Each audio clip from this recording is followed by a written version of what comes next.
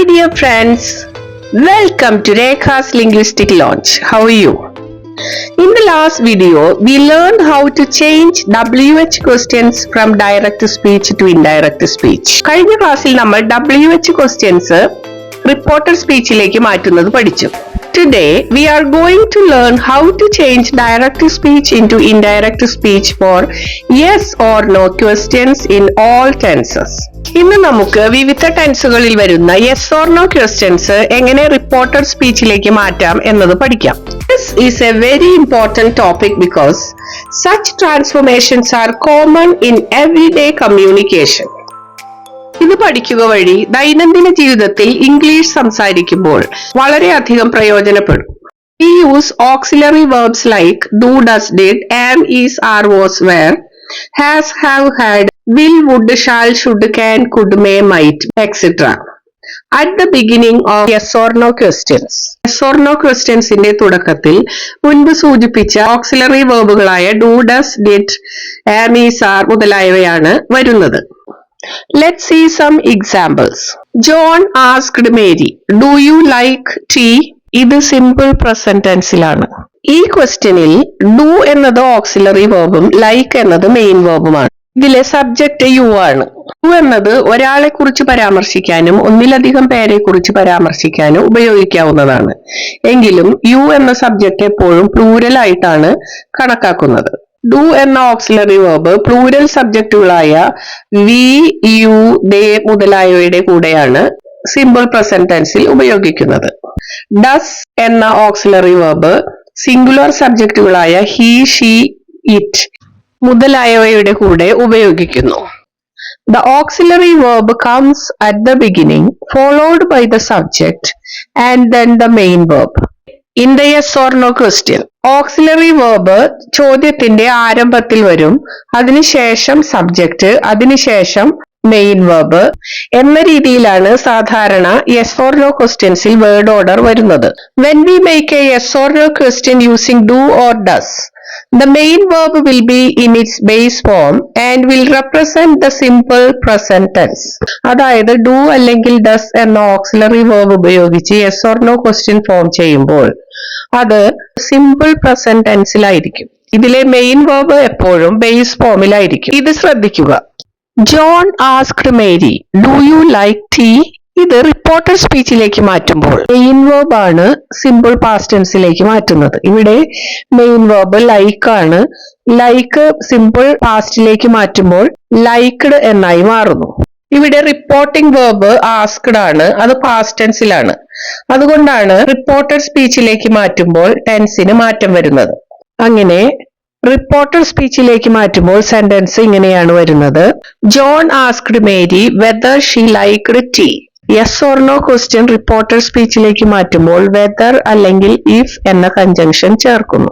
ഇത് റിപ്പോർട്ടിംഗ് ക്ലോസിന് ശേഷമാണ് ചേർക്കുന്നത്. ഇവിടെ reporting clause John asked Mary എന്നതാണ്. യെസ് ഓർ നോ ക്വസ്റ്റ്യനിലുള്ള സബ്ജക്റ്റ് യു ആണ്, അത് പ്രൊനൗൺ ആണ്. അത് റിപ്പോർട്ടഡ് സ്പീച്ചിലേക്ക് മാറ്റിയപ്പോൾ ഷീ എന്നായി മാറി, കാരണം അത് മേരിയെ ഉദ്ദേശിച്ചായതുകൊണ്ടാണ്.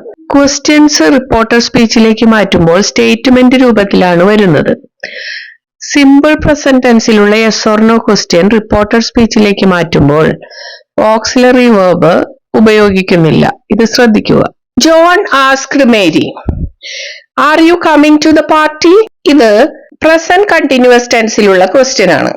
The present continuous form of the verb in this sentence is are coming. ഇത് റിപ്പോർട്ടഡ് സ്പീച്ചിലേക്ക് മാറ്റുമ്പോൾ പാസ്റ്റ് കണ്ടിന്യൂസ് ടെൻസിലേക്കാണ് മാറ്റുന്നത്. അപ്പോൾ റിപ്പോർട്ടഡ് സ്പീച്ചിലേക്ക് മാറ്റുമ്പോൾ വരുന്ന സെന്റൻസ് ഇപ്രകാരമാണ്. John asked Mary whether she was coming to the party. Direct സ്പീച്ചിൽ യു എന്ന സബ്ജക്റ്റ് ആണ് വന്നത്. അതുകൊണ്ടാണ് പ്ലൂരൽ ഫോമിലുള്ള ഹെൽപ്പിംഗ് വേർബായ ആർ ഉപയോഗിച്ചത്. അത് റിപ്പോർട്ടഡ് സ്പീച്ചിലേക്ക് മാറ്റിയപ്പോൾ സബ്ജക്റ്റ് ഷീ എന്നായി മാറി. അത് സിംഗുലർ സബ്ജക്റ്റ് ആയതുകൊണ്ട് സിംഗുലർ ഫോമിലുള്ള ഹെൽപ്പിംഗ് വേർബായ വാസ് ആണ് ഉപയോഗിച്ചിരിക്കുന്നത്. ഇത് ശ്രദ്ധിക്കുക. John asked Mary, "Have you finished your work?" ഇത് പ്രസന്റ് പെർഫെക്റ്റ് ടെൻസിലുള്ള സെന്റൻസ് ആണ്. ഹാവ് ഫിനിഷ്ഡ് എന്നതാണ് പ്രസന്റ് പെർഫെക്റ്റിലുള്ള വെർബ് ഫോം. ഇനി റിപ്പോർട്ടഡ് സ്പീച്ചിലേക്ക് മാറ്റുമ്പോൾ പാസ്റ്റ് പെർഫെക്റ്റ് ടെൻസിലേക്കാണ് മാറ്റേണ്ടത്. വെർബ് ഹാഡ് ഫിനിഷ്ഡ് എന്നായി മാറുന്നു. അപ്പോൾ സെന്റൻസ് റിപ്പോർട്ടഡ് സ്പീച്ചിലേക്ക് മാറ്റുമ്പോൾ ഇങ്ങനെയാണ് വരുന്നത്. John asked Mary if she had finished her work. Or no question reported സ്പീച്ചിലേക്ക് മാറ്റുമ്പോൾ കൺജങ്ഷൻ വെദർ എന്നോ ഇഫ് എന്നോ ഉപയോഗിക്കാവുന്നതാണ്. Mary asked John did you complete the assignment. ഇവിടെ ഡിഡ് എന്ന ഓക്സിലറി വെർബാണ് ഉപയോഗിച്ചിരിക്കുന്നത്. ഡിഡ് എന്നത് ഡൂവിന്റെ പാസ്റ്റ് ഫോം ആണ്. അതുകൊണ്ട് ഇത് സിമ്പിൾ പാസ്റ്റ് ടെൻസിലാണ്. ഇവിടെ മെയിൻ വെർബ് കംപ്ലീറ്റ് ആണ്.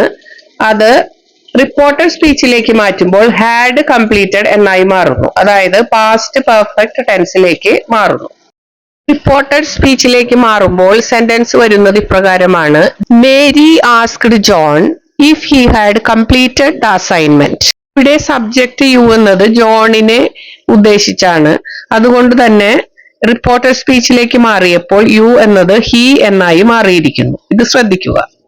Mary asked John were you reading a book. ഇത് പാസ്റ്റ് കണ്ടിന്യൂസ് ടെൻസിലുള്ള ക്വസ്റ്റ്യൻ ആണ്. ഇത് റിപ്പോർട്ടഡ് സ്പീച്ചിലേക്ക് മാറ്റുമ്പോൾ വെർബ് പാസ്റ്റ് പെർഫെക്റ്റ് കണ്ടിന്യൂസ് ടെൻസിലേക്ക് മാറുന്നു. പാസ്റ്റ് കണ്ടിന്യൂസ് ടെൻസിലുള്ള വെർബ് ഫോം ആയ വേർ റീഡിംഗ് എന്നത് പാസ്റ്റ് പെർഫെക്റ്റ് കണ്ടിന്യൂസ് ടെൻസിലുള്ള വെർബ് ഫോം ആയ ഹാഡ് ബീൻ റീഡിംഗ് എന്നായി മാറിയിരിക്കുന്നു. റിപ്പോർട്ടഡ് സ്പീച്ചിലേക്ക് മാറ്റുമ്പോൾ സെന്റൻസ് വരുന്നത് പ്രകാരമാണ്. Mary asked John if he had been reading a book. John asked Mary had they completed the work. ഇതിലെ വെർബ് പാസ്റ്റ് പെർഫെക്റ്റിലാണ്. ഡയറക്റ്റ് സ്പീച്ചിൽ വെർബ് പാസ്റ്റ് പെർഫെക്റ്റ് ടെൻസിലാണെങ്കിൽ റിപ്പോർട്ടഡ് സ്പീച്ചിലേക്ക് മാറ്റുമ്പോൾ ടെൻസിന് മാറ്റം വരുന്നില്ല. ഇത് ശ്രദ്ധിക്കുക. അപ്പോൾ റിപ്പോർട്ടഡ് സ്പീച്ചിലേക്ക് മാറ്റുമ്പോൾ സെന്റൻസ് വരുന്നത് ഇപ്രകാരമാണ്. John asked Mary if they had completed the work. John asked Mary, will you attend the meeting? ഇത് സിമ്പിൾ ഫ്യൂച്ചർ ടെൻസിലുള്ള ക്വസ്റ്റ്യൻ ആണ്. ഇത് റിപ്പോർട്ടഡ് സ്പീച്ചിലേക്ക് മാറ്റുമ്പോൾ ഓക്സിലറി വെർബായ വിൽ വുഡ് ആയി മാറുന്നു.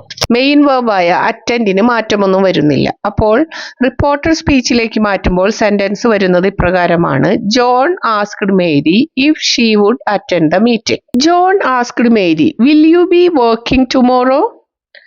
ഇത് ഫ്യൂച്ചർ കണ്ടിന്യൂസ് ടെൻസിലുള്ള ക്വസ്റ്റ്യൻ ആണ്. ഇത് റിപ്പോർട്ടഡ് സ്പീച്ചിലേക്ക് മാറ്റുമ്പോൾ ആദ്യത്തെ ഓക്സിലറി വെർബ് മാത്രമാണ് മാറുന്നത്. അതായത് വില്ലിന് മാത്രമാണ് മാറ്റം വരുന്നത്. ഇത് റിപ്പോർട്ടഡ് സ്പീച്ചിലേക്ക് മാറ്റുമ്പോൾ സെന്റൻസ് വരുന്നത് ഇങ്ങനെയാണ്.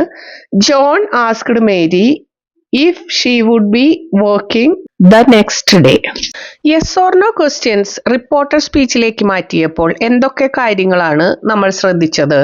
The tense change in reported speech are the same for all three types of sentences. Yes or no questions, WH questions and declarative sentences. Yes or no questions, WH questions, declarative sentences മുതലായവ reported സ്പീച്ചിലേക്ക് മാറ്റുമ്പോൾ tense മാറ്റത്തിന്റെ നിയമങ്ങൾ ഒരുപോലെയാണ്.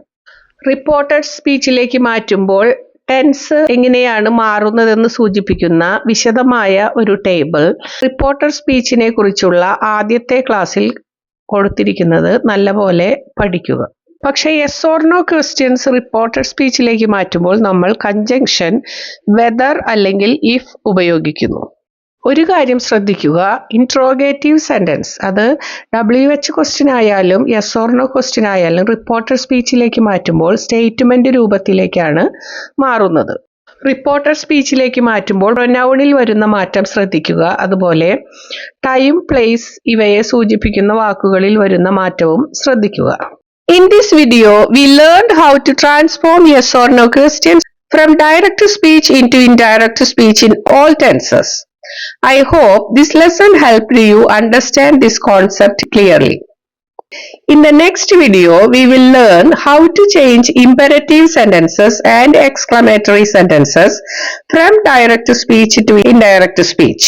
Stay tuned for more. Thank you for joining me. Have a great day.